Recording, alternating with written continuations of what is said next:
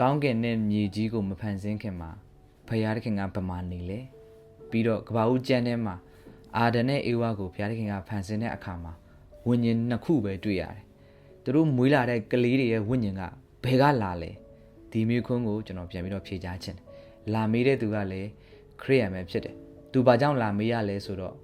ဘာသာခြားတငယ်ချင်းတစ်ယောက်ကသူ့ကိုမေးခွန်းထုတ်တဲ့အခါသူကမဖြေနိုင်တော့ကျွန်တော်စီကိုရောက်လာတယ်အဲ့တော့ခရစ်ယာန်တွေကမေးခွန်းအများကြီးထုတ်လို့မရအောင်ဘာကြောင့်လဲဆိုသူတို့ကိုယ်တိုင်ကကျမ်းစာတိချာမှာဖတ်ကြအောင်သူတို့ကျမ်းစာတိတာဆိုလို့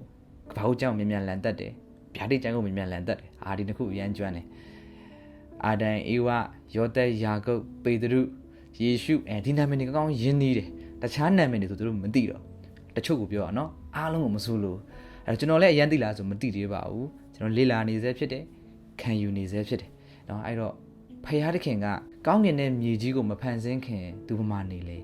အဲ့တော့ကျမ်းစာထဲမှာနေရာ၄ခုကိုတိတိကျကျဖော်ပြထားတယ်တတိယကောင်းကင်ဘုံပရာတိတုဘုံပြီးရင်ဤလောကရှိတယ်ပြီးရင်မရဏဆိုပြီးမှနေရာ၄ခုကိုတိတိကျကျမြင်ရတယ်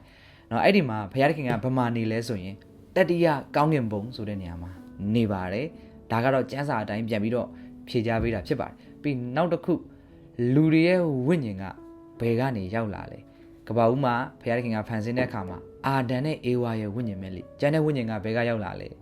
အဲ့တော့ဖန်ဆင်းစအာဒန်နဲ့အေဝါရဲ့ဝိညာဉ်ကိုဖန်ဆင်းကလေးကနေဘုရားကကောင်းကြီးပေးပြီးသားဖြစ်ပါတယ်အချင်းတို့များပြားစွာမွေးဖွားကြလောသူတို့အထက်ကနေမြောက်များစွာမွေးဖွားအောင်မယ်ပြီးရင်အဲ့ဒီဝိညာဉ်ကဘယ်ကလာလဲဆိုရင်ဒေသနာကျမ်းထဲမှာဝိညာဉ်ဒီဘုရားသခင်ထံမှလာတော့ကြောင့်ဘုရားသခင်စီတို့၎င်းခန္ဓာကိုယ်ကမြေမုံမှလာတော့ကြောင့်မြေမုံတို့၎င်းပြန်သွားတယ်တဲ့အဲ့တော့လူတိုင်းရဲ့ဝိညာဉ်ကဘုရားသခင်စီကနေလာတာဖြစ်တယ်ဝိညာဉ်ဆိုတာတဘာဝကနေဖြစ်တာလုံးဝမဟုတ်ကျွန်တော်တိတ်မဲ့ပညာအရာဝိညာဉ်ကိုရှာကြည့်တဲ့အခါမှာဝိညာဉ်ကိုရှာလို့လုံးဝမသိဘူးကျမ်းစာမှာလည်းပြောထားတာလေနဝိညာဉ်သွားရလန်းလာရလန်းကိုလူကစဉ်းစားပြီးတော့မသိနိုင်ဘူးတဲ့เนาะအဲ့တော့ဘုရားသခင်စီကလာတာဖြစ်တယ်เนาะကျွန်တော်တို့ဒီအခုမွေးတဲ့ခန္ဓာကိုယ်တွေတိတ်ပံပညာနဲ့စစ်လို့ရတယ်ဟောဒီရန်တွေစစ်လို့ရပါမယ်ဝိညာဉ်ဆိုတာဘယ်ကလာလဲဆိုတော့တိတ်ပံပညာနဲ့စစ်လို့မရအောင်เนาะပြီးနောက်ဘဝရှိတယ်ကျွန်တော်တို့မြင်ရတဲ့ခန္ဓာကိုယ်တွေမြင်ရတဲ့ပစ္စည်းတွေကတော့ဒါမမြဲဘူးလေဝိညာဉ်ကမြဲနေတယ်ဆိုတာကိုသိရမယ်ဘာလို့ဆိုနောက်ဘဝရှိတယ်နောက်ဘဝအဲ့ဝိညာဉ်နဲ့